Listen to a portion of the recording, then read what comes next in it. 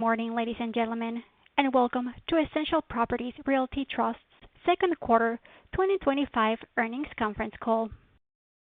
At this time, all participants are in a listen-only mode.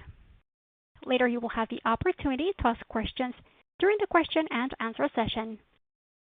You may register to ask questions by pressing the star and 1 on your telephone keypad. You may remove your question by pressing star 2. This conference call is being recorded, and a replay of the call will be available 3 hours after the completion of the call for the next 2 weeks. The dial-in details for the replay can be found in yesterday's press release. Additionally, there will be an audio webcast available on Essential Properties' website at www.essentialproperties.com, an archive of which will be available for 90 days. On the call this morning are Pete Mavoides, President and Chief Executive Officer, Mark Patten, Chief Financial Officer, Max Jenkins, Chief Operating Officer, AJ Peel, Chief Investment Officer, and Rob Salisbury, Head of Corporate Finance and Strategy. It is now my pleasure to turn the call over to Rob Salisbury. Please go ahead. Thank you, Operator. Good morning, everyone, and thank you for joining us today for Essential Properties' second quarter 2025 earnings conference call. During this conference call, we will make certain statements that may be considered forward-looking statements under federal securities law. The company's actual future results may differ significantly from the matters discussed in these forward-looking statements, and we may not release revisions to those forward-looking statements to reflect changes after the statements were made. Factors and risks that could cause actual results to differ materially from expectations are disclosed from time to time in greater detail in the company's filings with the SEC and in yesterday's earnings press release. With that, I'll turn the call over to Pete. Thanks, Rob, and thank you to everyone joining us today for your interest in Essential Properties. In the second quarter, despite a macroeconomic backdrop that remains volatile, the operating environment was favorable for our business, as our team continued to source attractive investment opportunities, focusing on middle market sale-leasebacks with growing operators within our targeted industries. During the quarter, we continued to support our existing relationships, which contributed 88% of our $334 million of investments, underscoring the value of recurring business with our tenant base. Pricing was favorable in the quarter, with a weighted average cash yield of 7.9% and a particularly strong average GAAP yield of 9.7%. Our portfolio continued to perform well, with tenant credit trends and same-store rent performance healthy and ahead of our budgeted credit losses. We further extended our capital position during the quarter, issuing $119 million of equity through our ATM program. Our pro forma leverage is 3.5 times, and we have $1.3 billion of liquidity. This positions us well to continue to invest, support our relationships, and grow our portfolio while generating sustainable earning growth for our shareholders. With the portfolio performance and investment activity ahead of budgeted expectations, we are increasing our 2025 AFFO per share guidance to a range of $1.86 to $1.89. On our first quarter earnings call, we discussed our expectation that competition could build as capital markets normalize, resulting in cap rate compression. Though we have not yet seen this materialize in our opportunity set, we continue to expect our investment cap rates in 2025 to trend lower. Having closed $642 million of investments in the first half of the year, our pipeline today gives us conviction to also increase our investment guidance range by $100 million to a new range of $1 billion to $1.2 billion. Importantly, we do not need to raise any incremental capital to achieve our guidance range this year. If we executed at the midpoint of our investment guidance range and did not raise any additional equity capital, our year-end leverage would be under 4 times, leaving us ample capital runway into next year. Turning to the portfolio, we ended the quarter with investments in 2,190 properties that were leased to over 400 tenants operating in our targeted core industries. Our weighted average lease term stood at 14 years at quarter end, in line with a year ago, with just 4.9% of our annual base rent expiring over the next 5 years. From a tenant health perspective, our weighted average unit level coverage ratio was 3.4 times this quarter, indicative of the profitability and cash flow generation by our tenants at the unit level. With that, I'll turn the call over to Max Jenkins, our Chief Operating Officer, who will provide an update on our investment activities and the current market dynamics. Thanks, Pete. On the investment side, during the second quarter, we invested $334 million at a weighted average cash yield of 7.9%.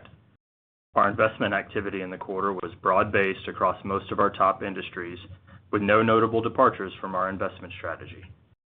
This quarter, our investments had a weighted average initial lease term of 19.5 years and a weighted average annual rent escalation of 2.2%, generating a strong GAAP yield of 9.7%.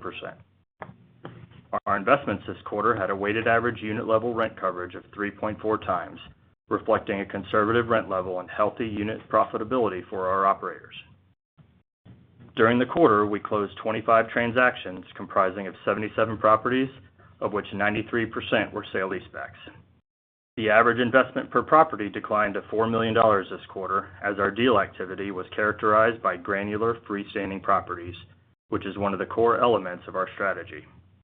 Looking ahead, our investment pipeline remains strong across all of our targeted industries. Pricing in our pipeline is relatively consistent with our second quarter transactions, with cap rates in the high 7% range and strong contractual escalations, which is supportive of our long-term growth trajectory. Combined with our investments of $642 million in the first half of the year, we have sufficient line of sight to support our increased full-year investment guidance range of $1 billion to $1.2 billion.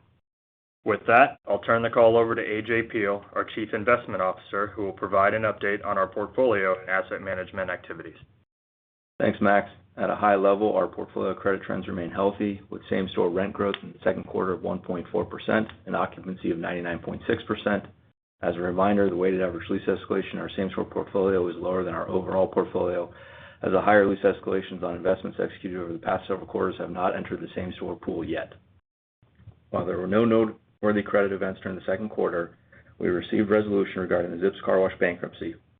As a reminder, Zips filed for bankruptcy earlier this year, at which time we owned 3 properties representing approximately 20 basis points of ABR. Down from a peak exposure in 2017 of 16 sites with over 5% of ABR. Of the 3 sites that remain in our portfolio at the time of bankruptcy, we sold 2 and 1 remains leased to the operator. The overall recovery rate was consistent with our historical recoveries and in line with our budgeted credit loss assumptions. From a tenant concentration perspective, our largest tenant equipment share represents 3.7% of our ABR at quarter end. Our top 10 tenants account for just 17.6% of ABR, and our top 20 account for 28.8% of ABR. Tenant diversity is an important risk mitigation tool, and it is a direct benefit of our focus on middle market operators. On the disposition front, we had an active second quarter, selling 23 properties for $46.2 million in net proceeds.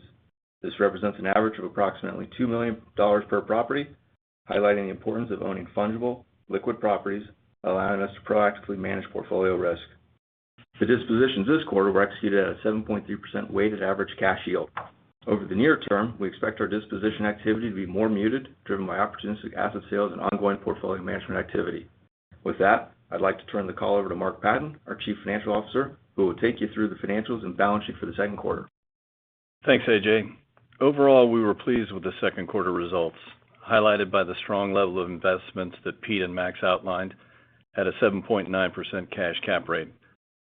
Our AFFO per share totaled 46 cents, which represents an increase of 7% versus Q2 2024.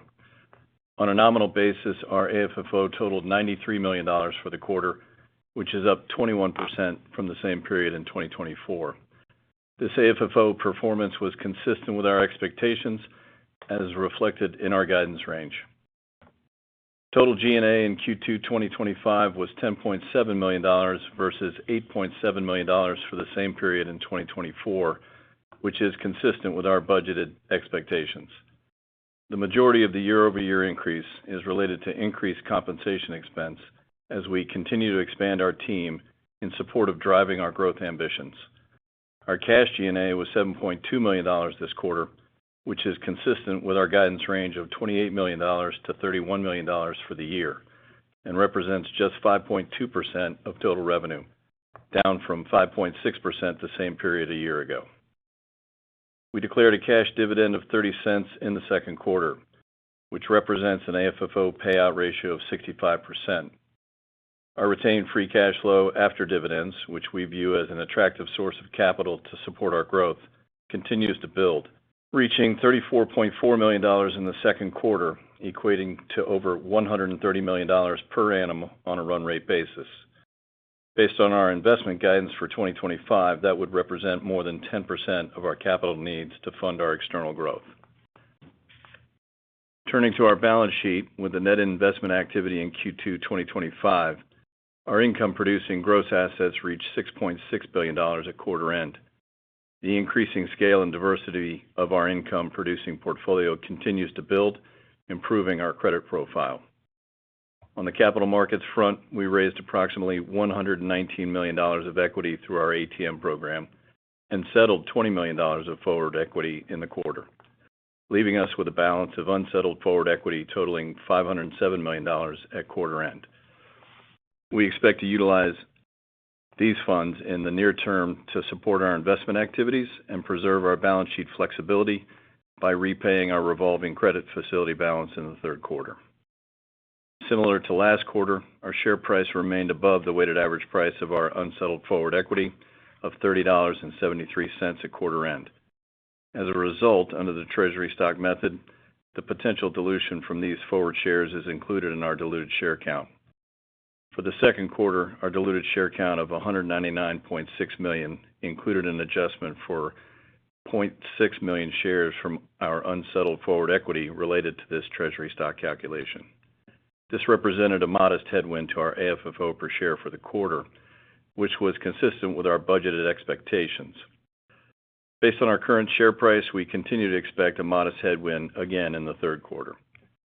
Our pro forma net debt to annualized adjusted EBITDAre, as adjusted for unsettled forward equity, was 3.5 times at quarter end.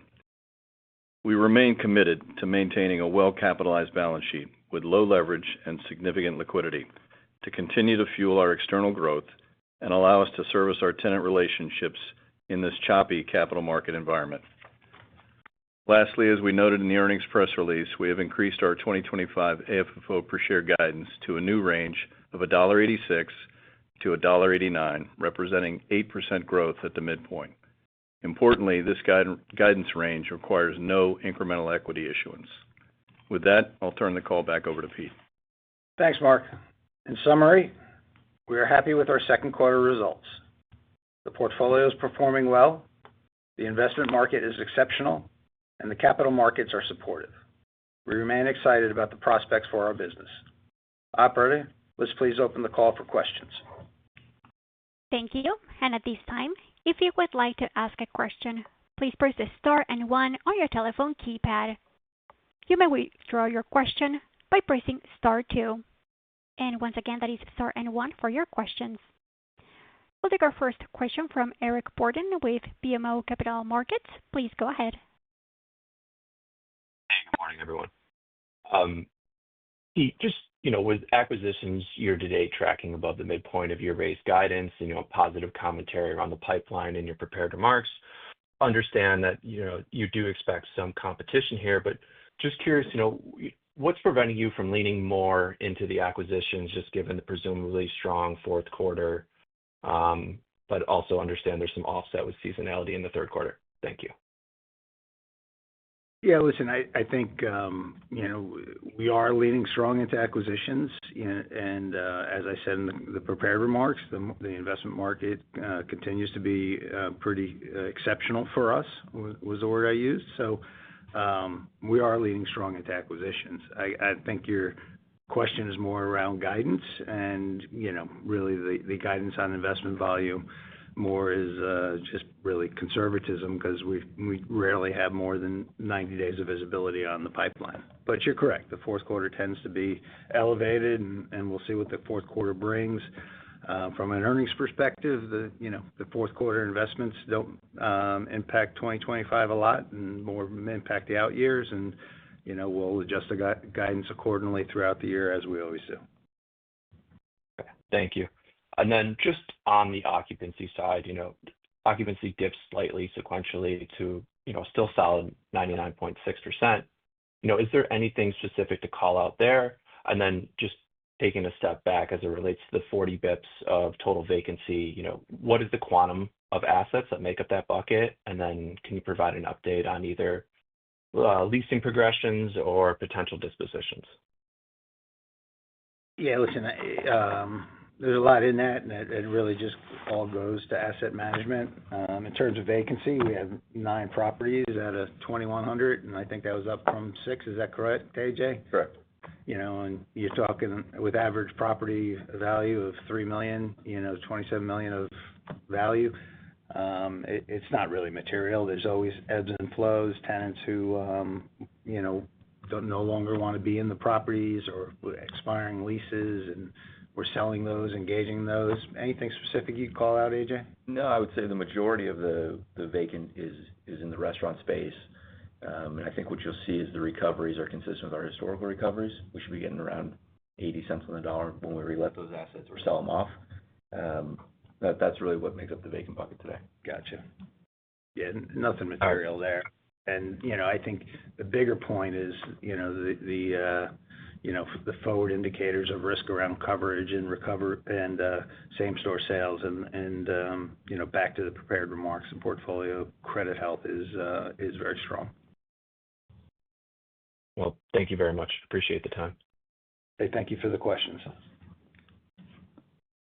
Thank you. Our next question comes from Michael Goldsmith with UBS. Please go ahead. Good morning. Thanks a lot for taking my question. Just back to the competition piece, right? You noted on the first quarter call that you expected it could to show up, and it hasn't yet. So I guess, what are you looking for in order for that to show up and start to drag cap rates down a little bit? Like, is it, what is it exactly that you're looking for, and when are you expecting that to start to impact cap rates? Thanks. Yeah, listen, I've been saying it for almost a year now, and I don't control capital or competition, and when it comes, and we just know that there's substantial amount of capital that's been raised and targeted towards net lease investments, and we expect it to impact us in the transaction market, but we continue to have an ample opportunity set. Our counterparties continue to value our consistency and reliability, and we continue to be very aggressive in deploying capital. And if you think about it, an average gap yield of 9.7% for the type of investing we're doing is pretty extraordinary. So I don't know when it's coming. I've been wrong, I guess, for the last 2 years, but I'll stick to my guns and say it's coming. Got it. Thanks for that. And as my follow-up, I think your bread and butter has been doing kind of individual deals, small properties, right? Average acquisition size of a property value of $4 million. But now the past couple of quarters, you've done a couple portfolio deals. So is that going to be as you get larger and need to continue to acquire more, is that going to increasingly become part of your repertoire, or is this just more just 2 opportunities that you have identified and you should get back to kind of doing a bunch of individual property deals going forward? Thank you.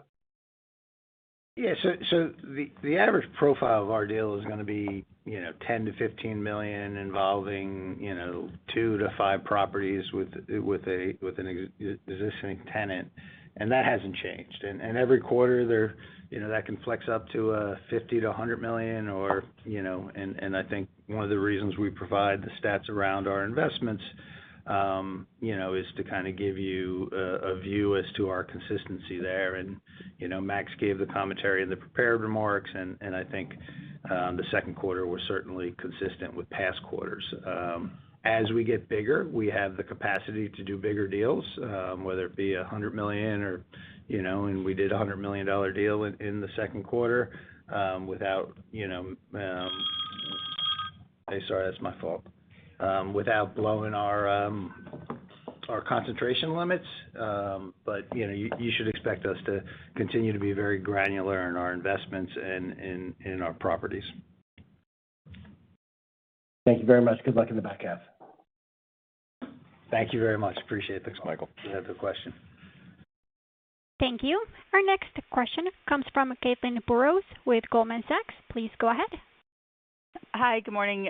Maybe just back to the cap rate side. So like you mentioned, the cash cap rate of 7.9% in 2Q is pretty consistent with the past 8 quarters, but then the cap rate was higher. So can you go through what drove that higher? Is it due to industry mix, a strategy on lease steps, some combination, or something else? Yeah, I think it's really, Caitlin, it just comes down to the math. When you have a longer average lease term, right, at 19.5 versus past quarters at 17, and then you have better bumps. And I think overall, our ability to negotiate longer lease terms and better bumps is just reflective of the competition that we're facing in the market. And, we're always trying to get the best economic returns we can in a deal, and ultimately competition drives our ability to drive those numbers. And, we're pretty happy with the results in the second. I guess would you say then on that competition point that because there was less competition, you were able to push it more in the second quarter? I think that's accurate, yes. Got it. And then sticking on the competition point, so you mentioned that 88% was repeat business. So I guess when you think of the other 12%, could you go through some of like your strategy on how you identify that business? It seems like that could be a way to somewhat avoid the competition going forward as long as you have incremental new business to go after. Max, that's your job. Why don't you answer it? Sure. Thanks, Pete. We kind of take a 3-pronged approach. Number one, it's always going to be repeat business and referrals. And in the middle market, our operators, they all talk within their industries, and the fact that we've been doing this consistently for years since inception and sticking to our core thesis of providing growth capital through sale-leaseback financing to middle market operators, that's a strong sourcing method.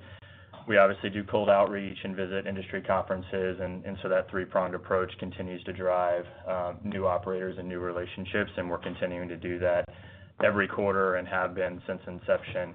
And the percentage is kind of volume weighted, so we're always adding new relationships every quarter, and it just depends on the transaction size, and so sometimes that can be skewed one way or another. Got it. Thanks. Thanks, Caitlin.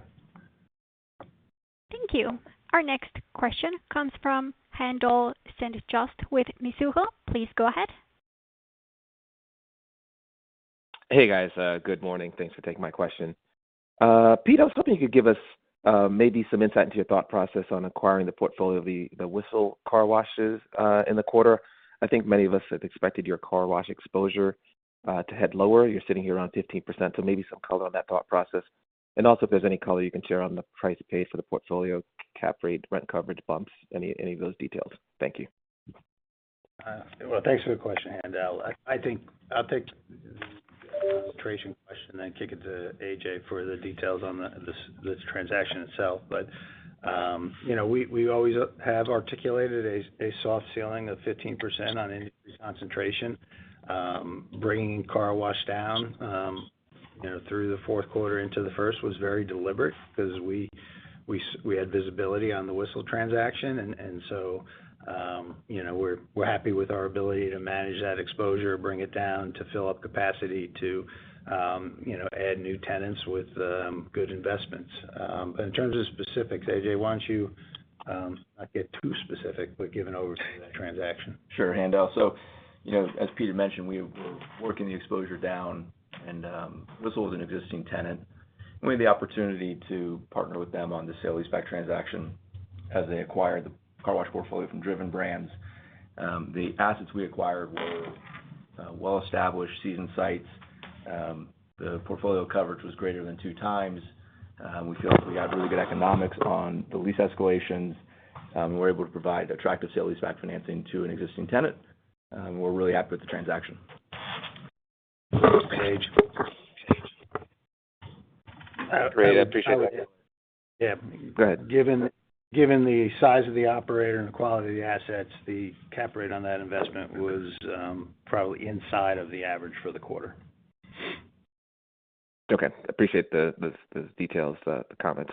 And just one more, just going back to the conversation around the competition set. Obviously, the list of folks who have entered the single tenant space here has been growing here in recent quarters. I guess I'm curious, has there been anything about their strategies that you are able to identify or ascertain that suggests that they're maybe less likely or perhaps less of a competitive threat to what some people might perceive? I'm just curious if any insight into what perhaps they might be doing or targeting differently that could suggest less of a threat. Thank you.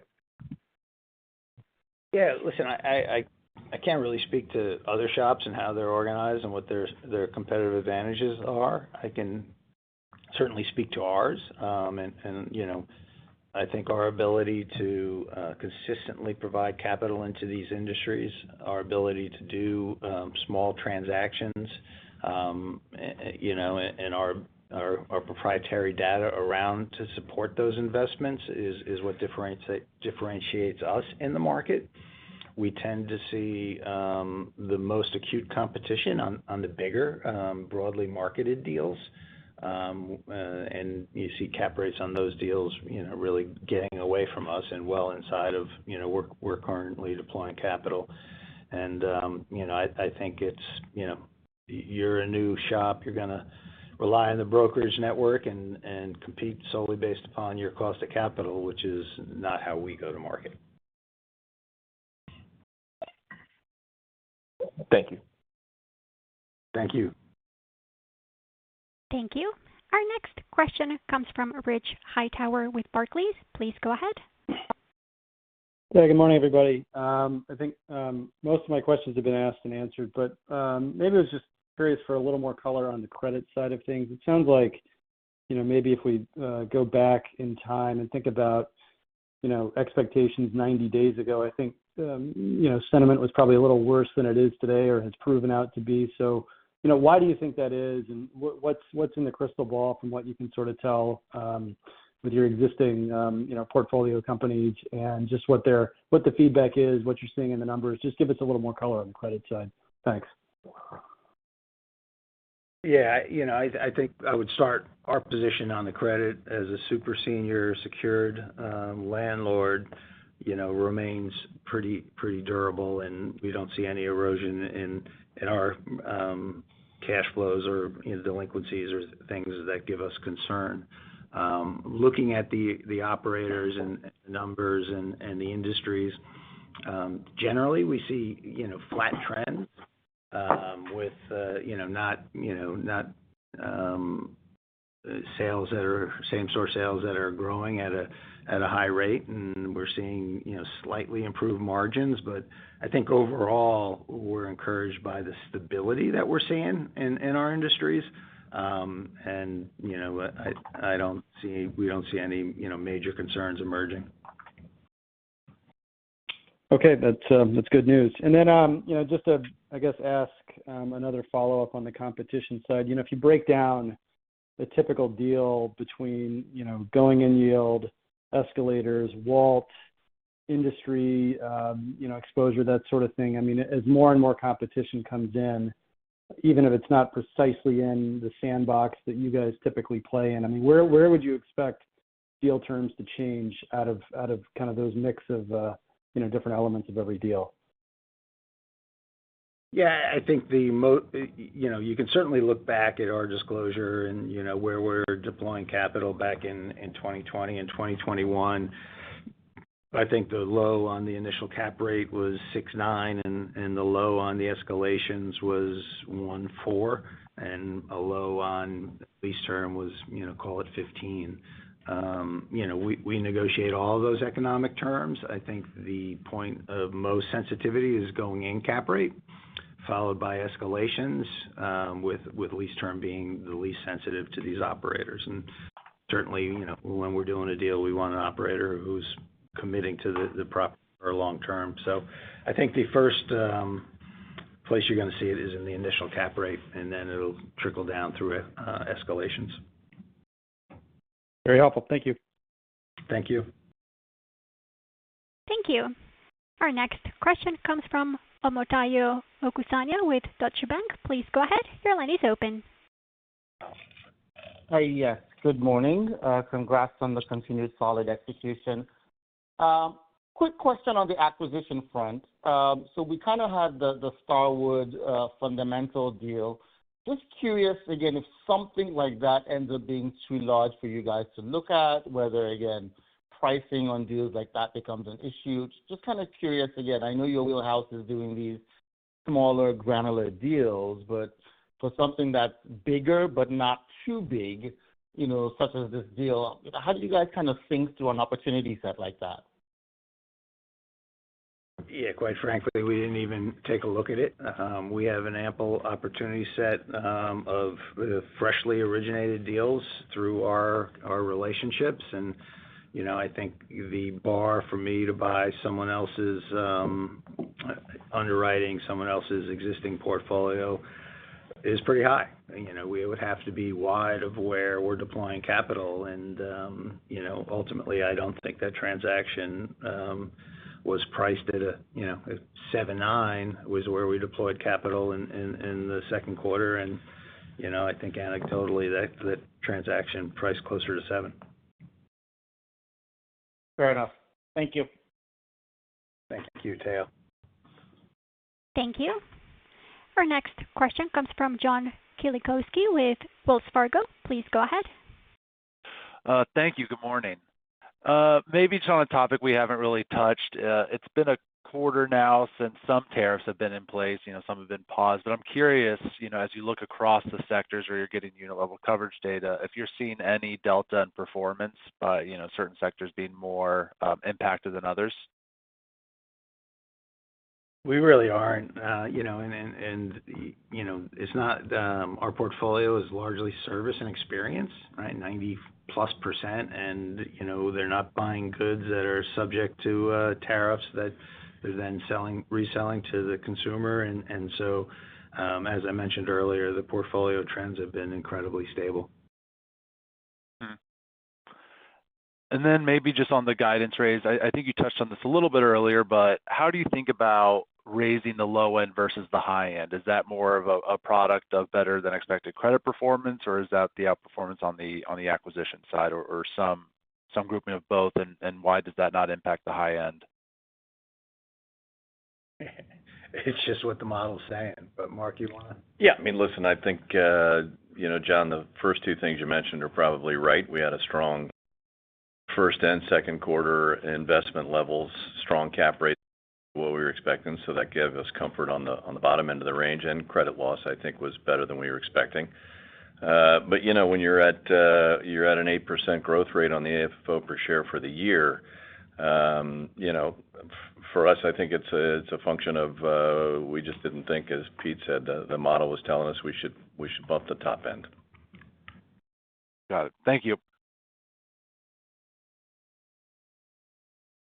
Thank you. Our next question comes from Ryan Caviola with Green Street. Please go ahead. Good morning. Thanks for taking my question. Since that 15% ABR soft ceiling was nearly achieved for car washes, assuming those acquisitions in that segment slow down, which other retail areas are most attractive and where you hope to grow exposure to close out the year? I think you're going to see our investment activity be pretty pro rata, and the portfolio will grow ratably. We'll continue to invest in car washes, and really, I think as I look at the end of the year, the percentages of our industry mix will be pretty consistent. Great, thanks. And then there are two industrial acquisitions over the quarter. I know that's very small, but anything any expanded interest there, or is this just sort of opportunistic as you see them? Yeah, I think, we like industrial. We like doing sale leasebacks with middle market tenants. We like servicing our relationships, and when we find good opportunities, we deploy capital there. I would say, our industrial investments tend to be characterized by very fungible real estate assets, industrial assets that have, ready alternative uses. We try to avoid big, chunky special use assets, but we do see good opportunities there, and when we do, we take advantage of them. Awesome. Appreciate the color. Thank you. Thank you. Thank you. And our next question comes from Ki Bin Kim with Truist. Please go ahead. Thanks. Good morning, guys. Just a couple follow-ups here. Can you just comment on any foot traffic or sales trends that you've noticed in your restaurants or your entertainment segment? AJ, what do you got?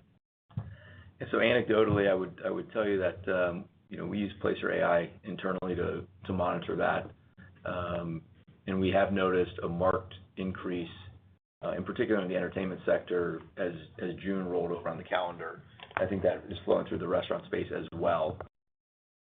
I wouldn't want to call it any one specific restaurant or entertainment concept is where we're noticing this, but we do keep an eye on it, and we have seen traffic increase. Okay, and for the tenants that are in the under 1.5 times coverage bucket, just curious, has that coverage been stable or improving over time? Yeah, listen, I would say it's we don't really think about it as tenants. We think about it as properties.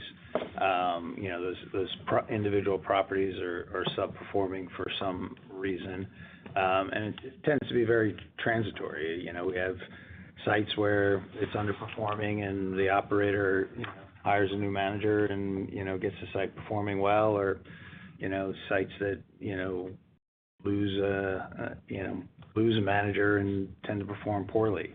We also have sites that are pro forma sites that are coming online that tend to ramp and come in and out of that bucket. So there's a lot of different situations going on within our 2,100 properties that kind of influence that. Okay, thank you. You got it, Kevin. Thank you. Our next question comes from Smedes Rose with Citi. Please go ahead. Hi, thanks. I just wanted to ask you. You mentioned, I think, Mark, in your remarks that you guys will look to probably settle the forward equity over the balance of the year. And I was just wondering, as you think about next year, given your low pro forma leverage, would you anticipate using leverage, as a higher percentage of external growth next year, and kind of how would you think about getting to sort of a more normal leverage level, I guess, since you're kind of on the low end, I think, of where you would be over time? I mean, you know what, I appreciate that question, Smedes. I guess what I would say is, first and foremost,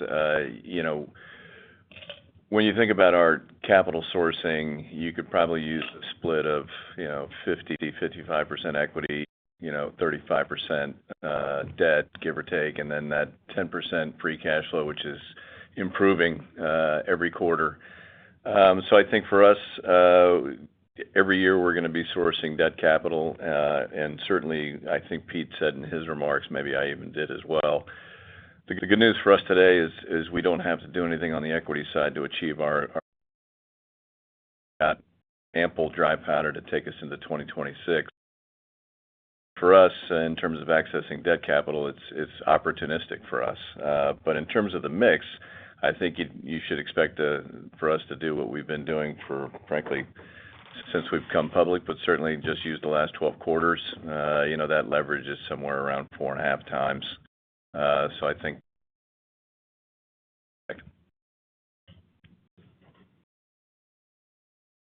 Okay, thank you. Thanks, Smedes. Thank you. Our next question comes from Jana Galan with Bank of America. Please go ahead. Thank you. Good morning. Just a quick question on the strong growth of the company and the team growing. Given Mark called out the compensation expense, how do you think about the scale of the platform? Are you targeting an overall G&A as a % of revenue or assets, or you're just looking to meet the needs of the company with new hires? Yeah, I think more than anything, we're trying to drive sustainable earnings growth. And to do that, it requires, one, we grow our investment teams to meet the growing investment opportunity set that we capitalize on, and then growing the portfolio management team to manage the growing portfolio, and then growing the finance and accounting team accordingly. And so we've grown the company since coming public pretty steadily, both in terms of assets and people, and we continue to invest in our people to do that.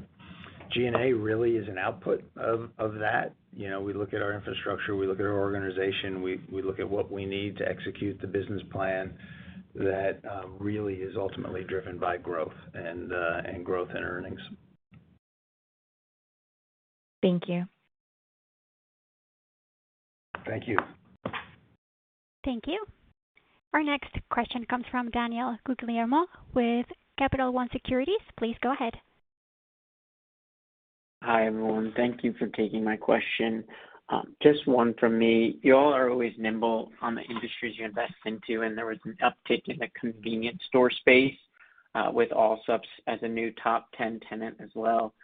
What are some key characteristics you look for in that business type? Is a hot food option necessary, or is fuel traffic and location most important? Anything you can give there would be helpful. AJ, what do you got? Yeah, so just a quick clarifying point. Allsups, we previously branded that Yes Way. It's a dual brand, and they're growing the Allsups platform, so we just put the new logo in. So that was not a new investment. It's something we've owned for well over a year at this point. And then more broadly, just in the convenience store space, we're looking for groups that have reasonable size and scale. We track gallons sold, inside store sales, and then underwrite the underlying profitability of the unit and make sure that the corporate credit is stable. So that when we make the investments, we're generally looking for well-positioned C stores with ample inside store sales and very strong gallons sold. Great. I appreciate that clarification too. Thank you. Thank you. We will move next with Greg McGinnis with Scotiabank. Please go ahead. Hey, good morning. Pete, I appreciate your earlier commentary on the acquisitions of the industrial category, but given the size of those transactions with, on average, rents 4x, portfolio average, could you provide some more details on those and why you're comfortable making bigger bets in that space? Yeah, listen, I don't think it was a bigger bet. They were very granular investments, and we liked the real estate and the tenants that were signing long-term leases to be in that space. So ABR was up $2.5 million with the two investments there. So it seems to imply they're at least bigger on the rent side, no? Yeah, I mean, part of that's the initial cap rate too, and it was 3 different investments. And so, yeah, they're bigger assets, but still under $20 million, and certainly with the size and scale of our portfolio, we have, not outsized risk. Okay, thanks. Then, we understand there's no necessarily a need to raise equity in order to hit acquisition guidance, given the ample dry powder. But with the stock's not, materially below where you issued last quarter, is there any reason to expect that you wouldn't use the ATM at this time to help continue to pre-fund investments? I would say, we'll execute accordingly and, see how the market performs. We're in a great position from a liquidity and leverage perspective, and, if we see the opportunity to continue to, maintain that position, we will, or, it'll just depend on how the market reacts. Okay, thank you. Thank you. And we will move next with John Massocca with B. Riley Securities. Please go ahead. Good morning, everybody. Morning, John. How should we kind of feel about the cadence of transaction volume in the current quarter? Just kind of thinking about, I know we're early in 3Q, but you've only closed $8 million quarter to date, and you had a pretty decent amount you would think still left in kind of the PSA or LOI bucket, even kind of netting out, what you closed between the end of May and the end of 2Q. So just kind of curious, is there something chunky out there? Is there stuff that's kind of falling in and out of the pipeline? Just trying to get a feel for transaction volume, maybe on a super short-term basis. Yeah, week over week. That's your fault. What do you got? Sure. I wouldn't look too much into it. The pipeline, we're happy with where it is. It's pretty consistent. And, some timing with July 4th and the start of summer. I wouldn't read into the $8 billion, but overall the pipeline is strong and consistent with prior quarters. What is the pipeline currently? Currently, we're sitting at about $290 million at a 7.8. Great. Helpful. And then on the debt side, how are you thinking about maybe potentially raising some debt? I know you talked about the ability to use the in-place forward equity to fund the rest of the year's investment activity, but you took $200 out on the line. It seems like markets are getting pretty accommodative from a spread perspective. I mean, would that be something you would consider in 2H? Yeah, I guess thanks for that question, by the way. Look, I'd say we maintain our view regarding the merits of returning to the bond market, as a logical long-term source of permanent debt capital. Particularly, that's really optimizing the alignment with our weighted average lease term. And gratefully, since we last were on a call, the spread environment for us, if you use our current one existing bond, has improved markedly. Obviously, the 10-year remains somewhat volatile, but I guess what I'd say is the equity deal we did in March, a good quarter on the ATM in second quarter, really puts us in a position where but I would tell you that I'd expect we'd be looking for that spot to. But I guess said, and I think I did in my remarks, we don't need the capital today. We're in a great position in terms of liquidity and our dry powder runway. So that's why we're in.